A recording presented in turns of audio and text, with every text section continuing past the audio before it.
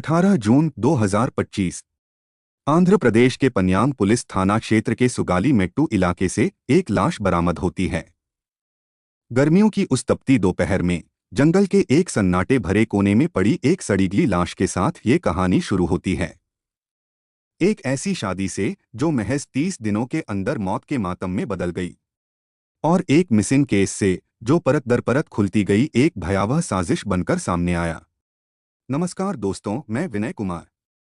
मामला हैदराबाद के रहने वाले 32 वर्षीय तेजेश्वर का है। एक महीने पहले उनकी शादी ऐश्वर्या नाम की लड़की से हुई थी। तस्वीरें आज भी इंटरनेट पर मौजूद हैं। दुल्हन की लाज, दूल्हे की मुस्कान और पीछे खड़े परिवार की उम्मीदें, सब कुछ वैसा ही लगता था जैसा हर आम शादी में होता है।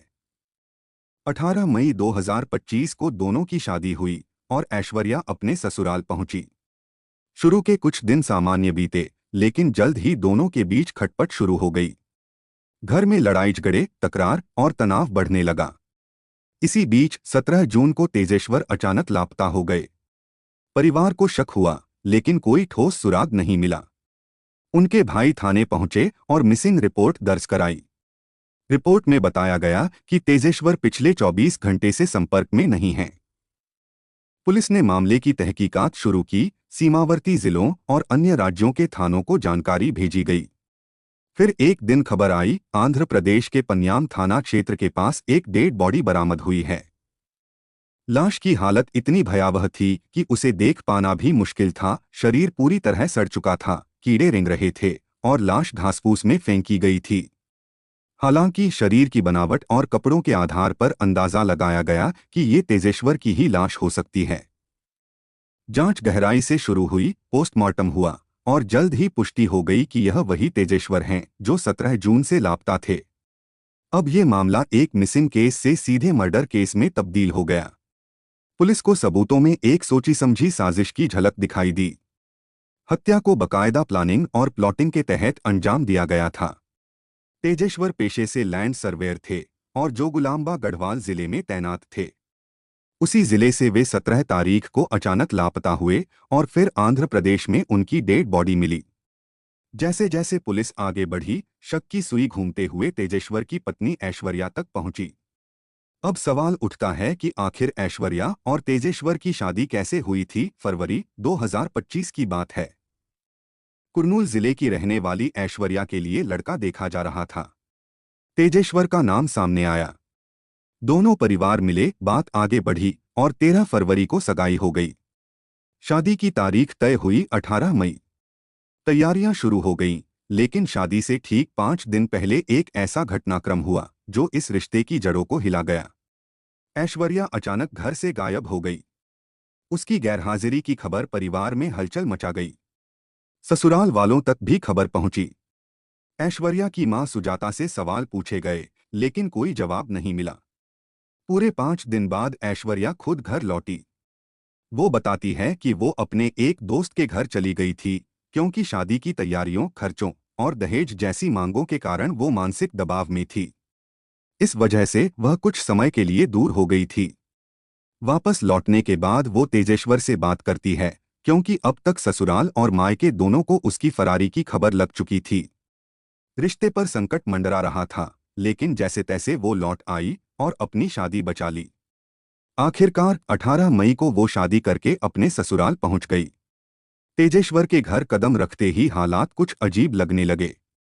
तेजेश्वर ने उसी वक्त महसूस कर लिया था कि ऐश्वर्या इस रिश्ते में खुद को सहज नहीं पा रही थी। उसके हाव भाव, उसकी नजरें, उसके जवाब, सब कुछ बदल चुका था। वो तेजेश्वर से बातचीत में झिझकने लगी थी। 1-2 दिन बीते और ऐश्वर्या की दूरी साफ नजर आने लगी।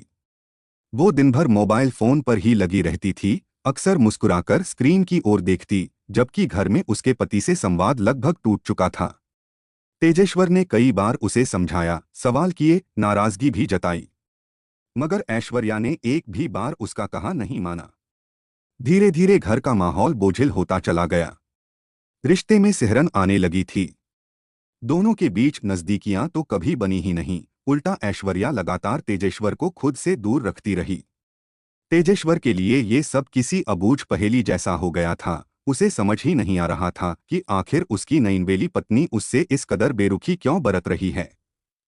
इसी उधेड़बुन में 1 महीना बीत गया और फिर तेजेश्वर अचानक गायब हो गया। लेकिन अब ये साफ हो चुका है कि तेजेश्वर खुद से गायब नहीं हुआ था। उसे साजिश के तहत इस घर से हटाया गया था। और ये साजिश किसी बाहर वाले ने नहीं, उसके सबसे नजदीकी लोगों ने रची थी। पुलिस जांच में जो सामने आया वो रूह कंपा देने वाला था। तेजेश्वर को घर से बुलवाया गया, सीधे उसकी पत्नी ऐश्वर्या और उसकी मां सुजाता की प्लानिंग के तहत। तेजेश्वर को ये कहकर भेजा गया कि उसके काम की जगह यानी जमीन सर्वे के ऑफिस में कुछ जरूरी मुलाकात होनी है। तेजेश्वर अपनी ड्यूटी पर पहुंचा। तभी कुछ लोग जो खुद को बैंक के प्रतिनिधि बताते थे तेजेश्वर से मिले और कहा कि उन्हें 10 एकड़ जमीन का सर्वे करवाना है।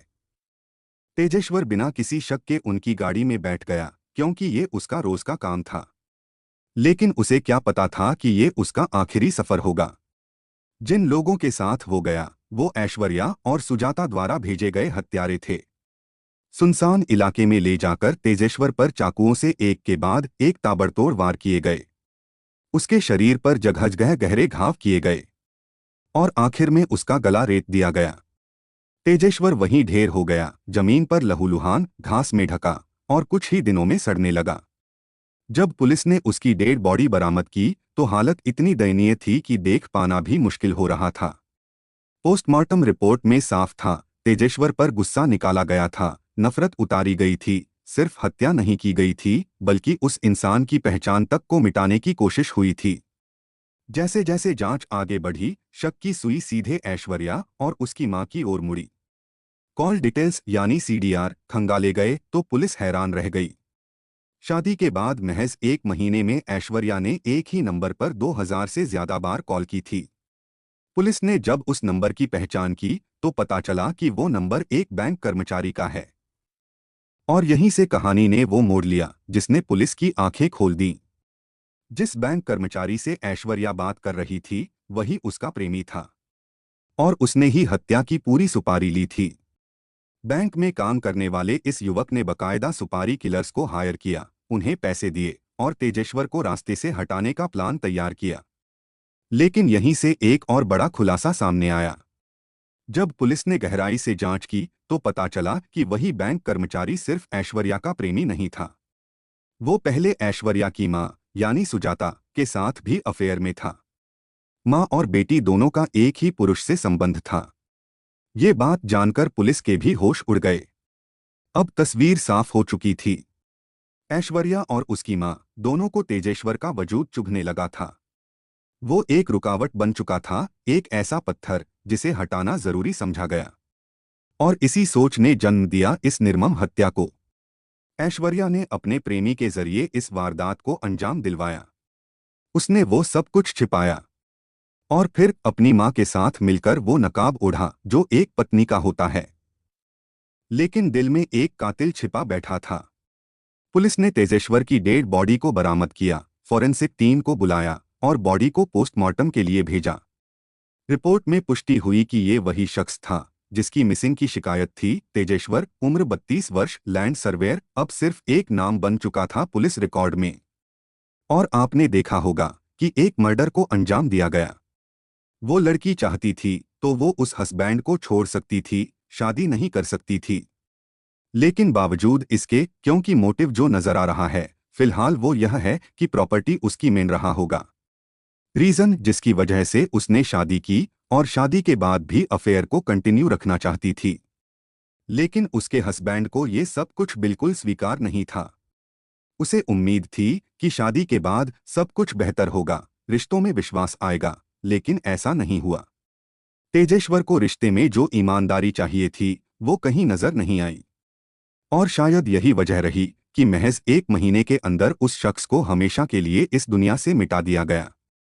वो इंसान जो अपना घर बसा रहा था, एक नई जिंदगी शुरू कर रहा था, उसकी सांसें उसकी पत्नी और सास ने छीन ली। फिलहाल ऐश्वर्या और उसकी मां सुजाता दोनों पुलिस की गिरफ्त में हैं। पूछताछ जारी है और पुलिस हर एंगल से इस केस की जांच कर रही है। ये एक ऑनगोइंग इन्वेस्टिगेशन है जिसमें जैसे जैसे नई जानकारी सामने आएगी हम आपको अपडेट जरूर देंगे। इस कहानी को सुनाने का उद्देश्य किसी के दिल को ठेस पहुंचाना नहीं है, बल्कि इस घटना के जरिए समाज को आईना दिखाना है। एक चेतावनी देना है कि रिश्तों में जब छल, धोखा और लालच आ जाए तो वो रिश्ता सिर्फ एक समझौता नहीं, एक जाल बन जाता है। अगर किसी रिश्ते में आप खुश नहीं हैं, तो उसे सम्मानपूर्वक छोड़ देना हमेशा बेहतर है, बजाय इसके कि आप किसी की जिंदगी छीन लें। प्यार, शादी और जीवन साथी का रिश्ता विश्वास और ईमानदारी से चलता है, छलकपट और लालच से नहीं।